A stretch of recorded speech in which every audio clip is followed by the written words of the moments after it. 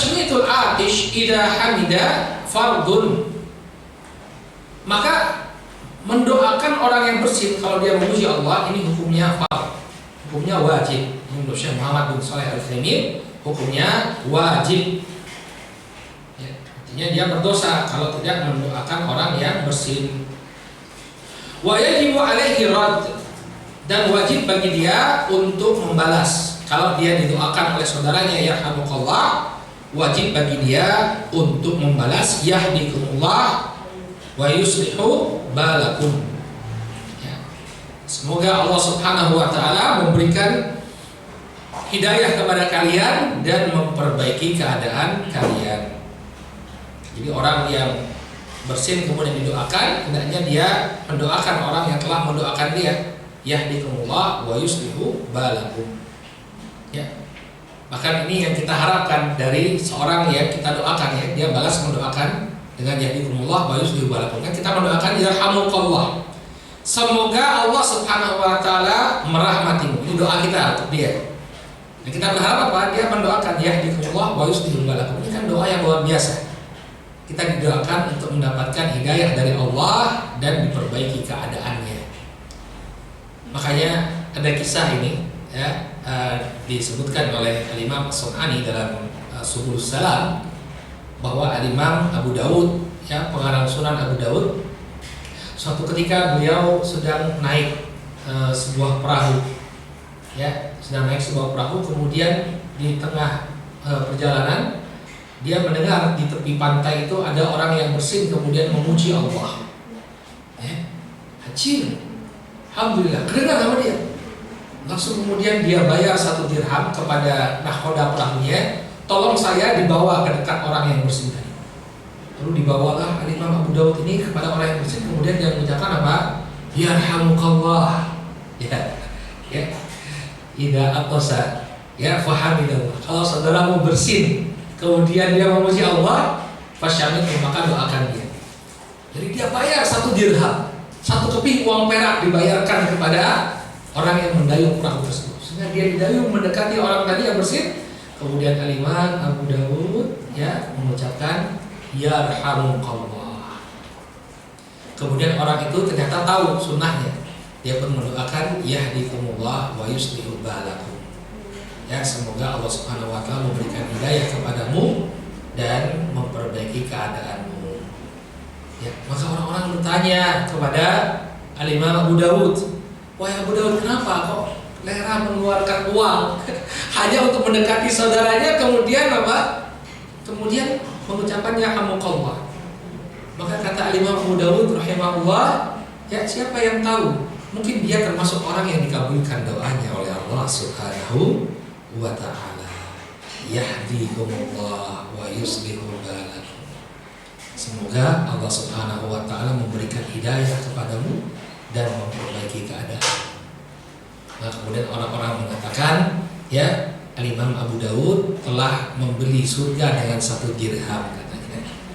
Ya, luar biasa. Karena dia ingin didoakan oleh saudaranya tadi yang bersin. Ya. Maka kalau dia didoakan oleh saudaranya yarhamukallah, orang yang bersin wajib mendoakan dengan ucapan yahdikumullah wa yuslihu balakum. Bagaimana kalau bersinnya berkelanjutan? Wa idza istamarra ma'ahul atash fasyamithu thalathan faqul lahu fi rabi'ah afakallah badalan an qaulika yarhamukallah. Kalau dia terus-menerus bersin, maka doakan dia 3 kali. Kemudian pada kali yang keempat, ya, kalau dia 3 kali bersin, kita ucapkan yarhamukallah. Kemudian ketika yang keempat kalinya dia masih bersin juga, kita ucapkan afakallah, semoga Allah menyembuhkanmu. Ya, ini sebagai pengganti ucapan yarhamukallah, karena, ya, bersinnya ini sudah zukam, sudah influenza, ya. Jadi kita doakan agar dia disembuhkan oleh Allah Subhanahu wa ta'ala. Nah, ya. Dan kita juga kalau bersin itu ada adabnya, ya. Jadi bersin itu ditutup mulutnya. Jangan kemudian wacing. Kemudian juga suaranya itu dipelankan. Kita berupaya agar suaranya itu sepelan mungkin. Nabi SAW dulu ketika bersih beliau tutupkan ya kain baju beliau ya agar bersihnya tidak kemana-mana, dan beliau berupaya yukhaffif ya memelankan suara bersinnya. Ya, jadi ini adab-adab kita bersinnya. Tutup mulutnya kemudian bersin dengan suara yang sekecil mungkin. Baik. Qala al-haqqul khamis, sekarang hak yang kelima. Dan adab-adab ini banyak perinciannya ya. Cuma ini kita baca secara umum saja. Ya, kalau mau diperinci ya banyak perinciannya. Ada ketika bersin, maka ada ketika memberikan salam, ada memberikan nasihat pun ada adab-adabnya. Tapi ini kita bacakan secara umum saja. Qala al-haqqul khamis, idza marida fa'udhu. Apabila saudaramu itu sakit maka jenguklah. Nah, lihat ya, menjenguk orang yang sakit ini adalah kewajiban seorang muslim terhadap saudaranya. Ya, kalau ada saudaranya yang sakit hendaknya dia jenguk. Qala wa iyadatul marid ziyaratuhu, yang dimaksud dengan menjenguk orang yang sakit adalah mengunjunginya. Wa hiya haqqun lahu ala ikhwanihi muslimin, dan ini merupakan haknya ya yang harus dia tunaikan kepada saudaranya sesama muslim. Fayajibu alaihim al-qiyamu biha, maka wajib bagi dia untuk menegakkannya. Ya. Wa kullama kana lil marid haqqun 'alaika min qurabatin aw suhbatin aw jiwarin kanat iyadatuhu akad. Dan apabila orang yang sakit itu memiliki hak lain yang harus kau tunaikan, karena dia saudaramu, karena dia masih memiliki hubungan keluarga denganmu, atau dia adalah sahabatmu, atau dia adalah tetanggamu, maka ya kewajiban untuk menjenguknya ini semakin ditekankan. Ya, kalau yang sakit itu memiliki hubungan kekerabatan dengan kita, maka perintah untuk mengunjunginya ini semakin ditekankan. Ya, jangan kemudian ada saudara kita sakit dan kita mampu untuk menjenguknya, tapi kita tidak pernah menjenguknya. Ya, jadi hendaknya kita jenguk, tunaikan hak mereka. Ya. Qala wal iyadatu bihasabil hal, ya bihasabi halil marid wa bihasabi hali al marad. Tapi perlu kita perhatikan, ya menjenguk orang yang sakit ini tergantung dengan keadaan si sakit. Demikian juga apa penyakit yang dideritanya. Ya.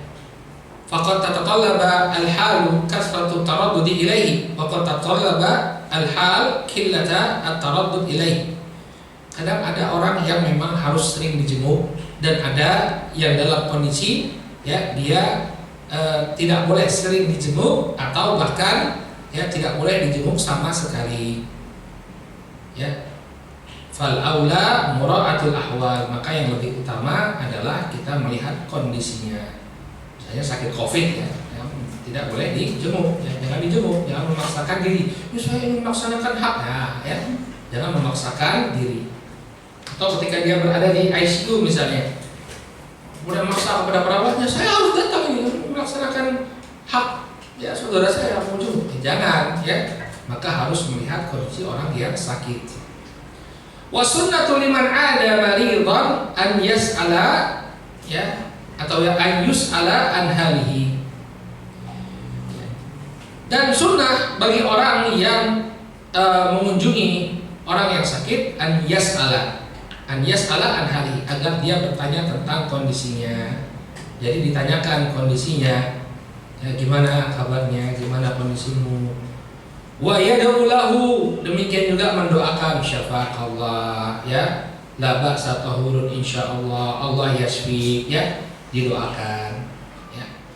Wa yaftahu lahu babal farji warraha, dan hendaknya babal farji warraha, hendaknya dia membukakan ya pintu kelapangan dan optimisme, ya. Jadi ini diantara adab ketika kita mengunjungi orang yang sakit. Tanyakan kabarnya, doakan dia, dan bangun optimisme. Ya, jangan kemudian ketika menjenguk orang yang sakit malah dilemahkan semangatnya. Kamu sakit ini ya? Kemarin tetangga saya juga sama sakitnya. Ya, baru kemarin saya sholatkan. Ya. Maka ini membangun pesimisme. Sudah mau sembuh jadi sakit lagi. Maka orang itu kalau menjenguk dia harus tahu adabnya, ya. Fa inna dzalika min akbari asbabis sihhati wasyifa. Karena optimisme ini merupakan ya sebab terbesar seseorang itu mendapatkan kesehatan dan kesembuhan. Ya, tentunya semuanya kembali kepada izin Allah Subhanahu wa taala. Namun sesungguhnya penyakit itu memang benar apa yang dia sampaikan, ya. Kesehatan itu akan muncul dari pribadi yang kuat, pribadi yang optimis. Tapi kalau sudah pesimis, ya, maka ya dia tidak sulit bagi dia untuk sembuh dari penyakitnya. Maka psikis itu harus dibangun. Ketika sakit itu psikisnya yang dibangun. Kamu bisa sehat. Ayo, ya, bismillah. Kalau kalian bagi ayadzakirahu at-taubah bi uslubin la yurawihu. Dan hendaknya kita ingatkan dia untuk bertobat dengan cara yang tidak membuat dia khawatir, tidak membuat dia takut, ya. Ya, ayo ya, perbanyak istighfar, ya, perbanyak istighfar kepada Allah Subhanahu wa taala. Kita minta dia untuk memperbanyak istighfar dan bertobat kepada Allah Subhanahu wa taala. Qala fayaqulu lahu mathalan, kemudian kita hibur dia, katakan kepada dia, inna fi maradika hadza taqtasibu khairan fa innal marada yukaffirullahu biha aw yukaffirullahu bihi al khataaya. Misalnya kita ucapkan kepada orang yang sakit, sesungguhnya ya sakitmu ini akan melahirkan suatu kebaikan. Engkau akan mendapatkan kebaikan dari sakitmu ini. Kenapa? Karena Allah Subhanahu wa taala dengan sakit ini akan menghapuskan kesalahan-kesalahan. Wa yamhu bihi sayyi'at, demikian juga keburukan-keburukan yang engkau lakukan. Fala'allaka tuksibu bi idhibasika ajran katsiran bi kathrati dzikri wa istighfar wa du'a. Dan engkau juga akan mendapatkan kebaikan, ya, ketika engkau tidak bisa beraktivitas, engkau tidak bisa bekerja, engkau hanya terbaring di sini, ya, engkau bisa mendapatkan pahala yang banyak. Dengan cara bagaimana? Engkau bisa memperbanyak zikir, memperbanyak istighfar, memperbanyak doa kepada Allah Subhanahu wa taala. Yang mungkin selama ini engkau sibuk dengan pekerjaanmu, tidak sempat zikir, tidak sempat berdoa kepada Allah Subhanahu wa taala, maka ini adalah kesempatan bagimu untuk berzikir kepada Allah Subhanahu wa taala. Dan kata para ulama, 6 ini bukan pembatasan, tapi hanya menunjukkan bahwa 6 perkara ini sangat ditekankan. Ya, yang bertemu, mengucapkan salam ketika bertemu, kemudian mengunjungi atau memenuhi undangannya, kemudian memberikan nasihat apabila dia meminta nasihat, kemudian apabila dia bersin dan memuji Allah, maka kita doakan. Apabila dia sakit, kita kunjungi. Apabila dia meninggal dunia, maka kita antarkan jenazahnya. Ini adalah 6 hal yang sangat ditekankan. Sangat ditekankan. Bukan berarti ya hanya 6 hak itu saja yang harus dia tunaikan. Makanya di sini Syekh menambah sabian, hak yang ketujuh. Wa min huquqil muslim 'alal muslim kaful adza, ya, anhu. Di antara hak muslim yang wajib untuk ditunaikan oleh muslim lainnya adalah ya mencegah gangguan dari saudaranya. Jadi tidak boleh bagi dia untuk menimbulkan gangguan kepada saudaranya sesama muslim. Tidak boleh, ya, menimbulkan gangguan, menyakiti saudara sesama muslim, ini tidak boleh. Qala fa inna fi ida'il muslimin ithman 'aziman. Karena sesungguhnya mengganggu kaum muslimin ini merupakan dosa besar. Merupakan dosa besar. Tidak boleh mengganggu saudaranya sesama muslim.